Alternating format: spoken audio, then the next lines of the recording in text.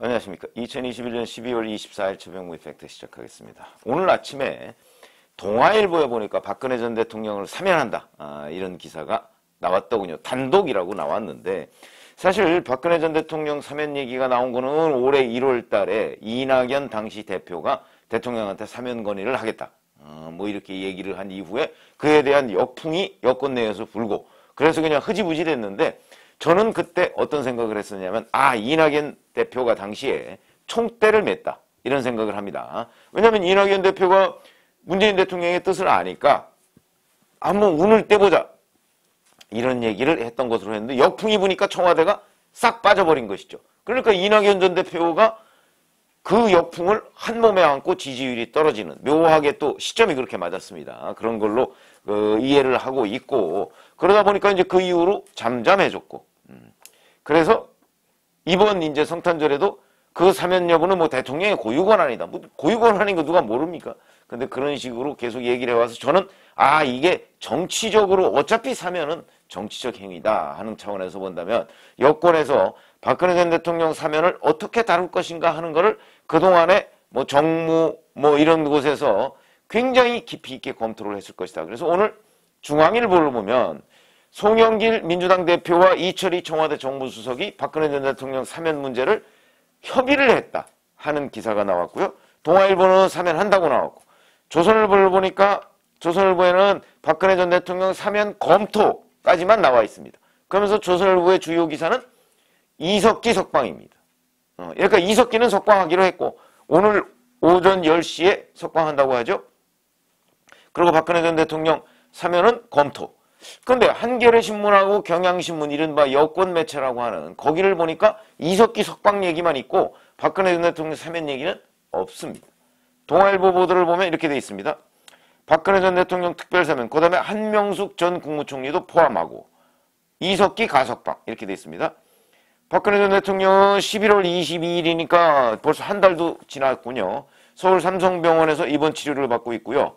2017년 3월 31일에 국정농단 사건으로 구속 수감된 이후에 1729일 약 4년 8개월 동안 지금 수감 상태고 최근에는 이제 어깨가 아픈 거하고 허리 디스크 이런 기존 질병 외에도 뭐 치과, 정신건강의학과 등의 치료, 음식물을 제대로 씹지 못할 정도로 치아 상태가 나빠져서 미숫가루나 죽 등으로 대체하고 있고 극심한 스트레스를 호소하는 등 정신적으로도 매우 불안정한 상태다. 뭐 이렇게 알려져 있습니다. 뭐 이것도 명확하지는 않습니다. 그렇게 알려져 있고요.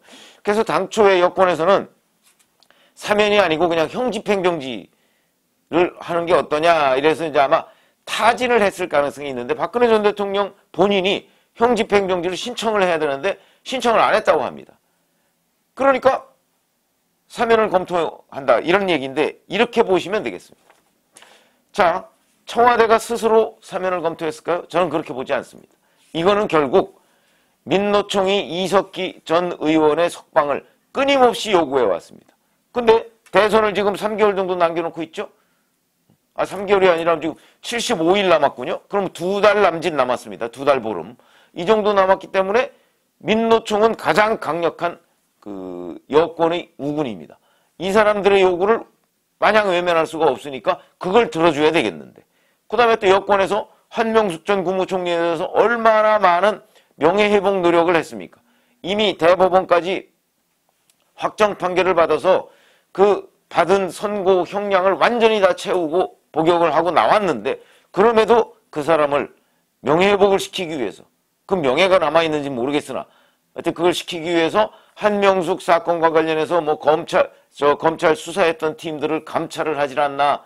그 다음에 모해의증 사건 교사 혐의로 뭐 누구를 또 조사를 하지 않나. 끊임없이 한명숙 전 총리 수사 자체를 폄훼하기 위해서 노력을 했는데 결국 안 됐습니다. 그러다 보니까 마지막 수단이 사면밖에 없는 거 아니겠습니까? 그러니까 민노총의 요구를 받아서 이석기 전 의원을 석방하고 그 다음에 한명숙 전 총리를 사면하려니까 이 사람들만 사면하려니까 이 역풍이 선거 지금 75일밖에 안 남았는데 대선 가장 중요하다는 대선 75일밖에 안 남았는데 이걸 남겨놓고 이렇게 했다가 역풍이 불면 잘못하면 속수무책인 상황이 돼버리죠. 그러니까 슬그머니 박근혜 전 대통령을 끼워팔기 했다. 전 그렇게 봅니다.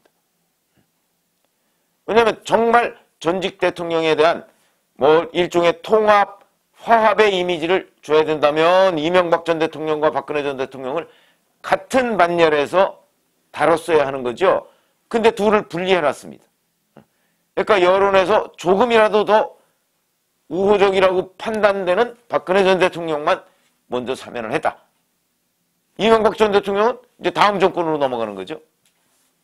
그거는 이 사람들이 철저히 계산하고 결국은 이석기 전 의원과 한명숙 전 국무총리를 사면하고 가석방하려고 하다 보니까 그 하나만 해서는 감당하기 힘든 후폭풍이 우려가 된다.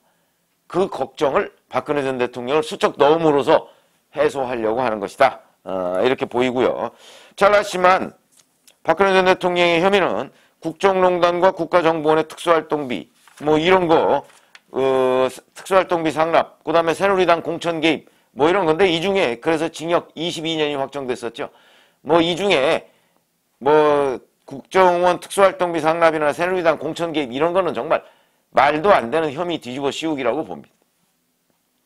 그 다음에 한명숙 전 총리는 9억 원의 불법 정치자금을 받은 혐의로 2015년 8월 달에 대법원에서 징역 2년, 추징금 8억 8,300만 원을 확정했는데 추징금 아직 납부하지도 않았죠. 그러니까 이 추징금을 빨리 또 어떻게 해줘야 되는 끝내 그 납부 안 할 가능성이 있으니까 아마 그런 것들 저런 것들 이런 것들이 동시에 다 고려가 됐을 것이다. 이런 것이고 자 그러면 이제 여기에서 저는 이제 뭐 정치 분석이니까 정치적으로 이게 어떤 의미를 갖느냐가 대단히 중요합니다. 우선 이런 거 한번 기억나실 겁니다. 2020년 작년 총선을 앞두고서 3월 달에 3월 4일이죠 아마 유영하 변호사를 통해서 박근혜 전 대통령이 거대 야당으로 힘을 합쳐달라 이런 메시지를 냈습니다. 이게 당시에 상당한 영향을 미칠 것이다 라고 언론에서 전부 다 평가를 했는데 실질적으로 영향을 미쳤는지 안 미쳤는지 오히려 당시 야당은 참패를 했습니다. 당시 여당 민주당이 180석 정도를 얻는 민주당 계열이 180석을 넘는 의석을 확보했습니다. 이런 참패가 없습니다. 그럼 박근혜 전 대통령의 영향력이 현저히 줄은 것이냐? 저는 그렇게 봅니다. 물론 박근혜 전 대통령이 거대 야당 중심으로 힘을 합쳐달라 뭐 이게 아무 의미가 없었다는 게 아니고 영향력이 현저히 줄었다. 그런데 작년 총선 참패 저는 뭐 총선 후에 제가 유튜브를 해드린 적이 있는데 저는 재난지원금 살포 이게 가장 큰 원인이라고 1번 원인이라고 꼽았습니다. 뭐 다른 것도 있지만 역부족이죠. 박근혜 전 대통령이 뭐 옥중에서 메시지 하나 냈다고 그래서 무슨 뭐 친박 당시까 뭐 친박 별로 남지도 않았습니다. 그렇기 때문에 역부족이었다. 이렇게 생각하는 것이고요. 어쨌든 그런 게 기억에 떠오르죠.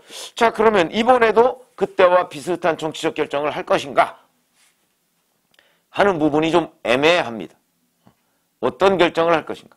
이번에야말로 그냥 총선 차원이 아니라 대선입니다. 대선이기 때문에 박근혜 전 대통령의 명예회복을 할 수 있는 분수령이 될 수도 있는 그런 대목인데 문제는 어디에 있느냐. 자기를 물론 자기를 구속하거나 구속 기소한 사람은 아닙니다. 그러나 수사를 했었죠. 특검에서 수사팀장으로서 수사를 했었던 윤석열 후보가 지금 국민의힘 후보가 됐습니다. 자 그러다 보니까 이 국민의힘 후보인 윤석열 자기를 수사했던 후보에 대해서 과연 박근혜 전 대통령은 어떤 입장을 보일 것인가. 이런 것들이 아니면 그냥 침묵하고 말 것인가.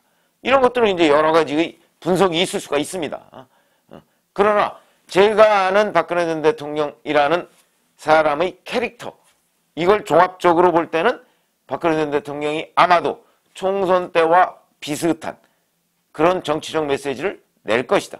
본인이 직접 낼 수는 없으니까 아마 또 유영하 변호사나 누구를 통해서 자 미래로 나아가자 같은 박근혜 전 대통령이 과거 한나라당을 탈당해서 만들었던 게 미래연합입니다. 한국미래연합. 이 미래지향적인 어떤 그림을 그리는데 그 상당한 정도의 관심을 가지고 있는 사람이거든요. 그렇기 때문에 제가 보건대는 직접적으로 정치에 개입하는 모습보다는 자, 윤석열 후보와의 구원, 윤석열 후보가 자기를 과거에 그 특검에서 조사를 했다 하는 이 차원에서 조사를 실제 하진 않았죠. 그러나 이제 국정농단 사건을 수사했으니까 실제 조사는 서울중앙지검에서 했습니다. 그리고 구속도 서울중앙지검에서 한 거고요. 구속 기소 마찬가지로 중앙지검에서 했습니다. 그러나 박근혜 전 대통령을 소환할 것인가 말 것인가 이거 검토를 했었죠. 특검에서 검토를 했습니다. 박영수 특검에서. 그때 수사팀장이었으니까 그때도 자기 의견을 냈다는 거 아닙니까? 의견을 냈을 때 박 전 대통령을 굳이 소환 조사할 필요가 있느냐 이런 의견을 낸 것으로 제가 알고 있습니다. 그래서 어찌됐든 간에 실제 특검에서는 박근혜 전 대통령을 소환하지 않았습니다. 검토만 했을 뿐이고요. 내부적으로. 자, 그렇기 때문에 뭐 무슨 박근혜 전 대통령 탄핵에 직접적인 책임이 있다. 직접적인 책임은 아니죠. 간접적인 책임이 있는 거는 뭐 틀림없지만 그런 정도의 팩트는 좀 정리를 하고 넘어가야 되겠다 하는 거고. 그래서 정치적 효과는 박근혜 전 대통령이 자 윤석열 후보와의 과거 악연 뭐 이런 것들은 다 잊고 내년 대선은 미래를 내다보는 선거다 하는 정도의 메시지를 낼 가능성이 저는 대단히 많다. 이렇게 생각을 합니다. 그렇다면 여권에서는 아마 박근혜 전 대통령이 자 특히 친박들 박근혜 전 대통령을 그동안에 그 뭐 탄핵이 무효고 뭐 이렇게 얘기했다는 친박과 뭐 우리공화당 뭐 이런 사람들이 이제 이렇게 되면은 박근혜 전 대통령을 사면함으로써 그 윤석열 진영 내에 또 하나의 내분 덩어리를 던지는 걸로 아마 그런 계산을 적어도 몇 개의 선택지 중에 하나로 했을 겁니다. 물론 그 가능성도 전혀 없다고 볼 수는 없습니다. 그러나 박근혜 대통령 본인의 뜻이 굉장히 중요하죠. 그런 점에서 본다면 어차피 이번에 한명숙 전 국무총리, 그 다음에 이석기 전 의원 가석방, 뭐 여기에 일종의 끼어팔기를 당하는 셈인데 그러니까 문재인 대통령의 사면에 대해서 전혀 고마워할 이유가 없습니다. 그리고 박근혜 전 대통령 자체의 성정이 원래 이런 부분에 관해서 대의를 생각하는 그런 성향이거든요. 그렇게 본다면 작년 총선 때와 유사한 정도의 메시지가 이번 대선 전에 나올 가능성이 있다. 전 그렇게 보고요. 자, 어쨌든 오늘 말씀드리는 내용은 박근혜 전 대통령이 사면을 받는데 이 사면은 문재인 대통령의 은전에 의해서가 아니고 한명숙 전 총리를 사면하고 이석기를 가석방 하려다 보니까 그 후폭풍을 우려한 여권이 박근혜 전 대통령을 슬쩍 밀어넣어서 한몫으로 지금 사면 가석방 조치에 포함시켰다. 이런 부분이고요. 자, 그로 인한 정치적 파장은 아마 작년 총선 때와 유사하고 그러나 그 영향력은 과거에 비해서는 많이 줄었을 것이다. 그러나 윤석열 후보한테 만약에 지지 의사를 표명한다면 윤석열 후보한테 해가 되는 건 아니다. 약간의 도움이 될 것이다. 이런 정도로 정리해서 말씀을 드렸습니다. 고맙습니다.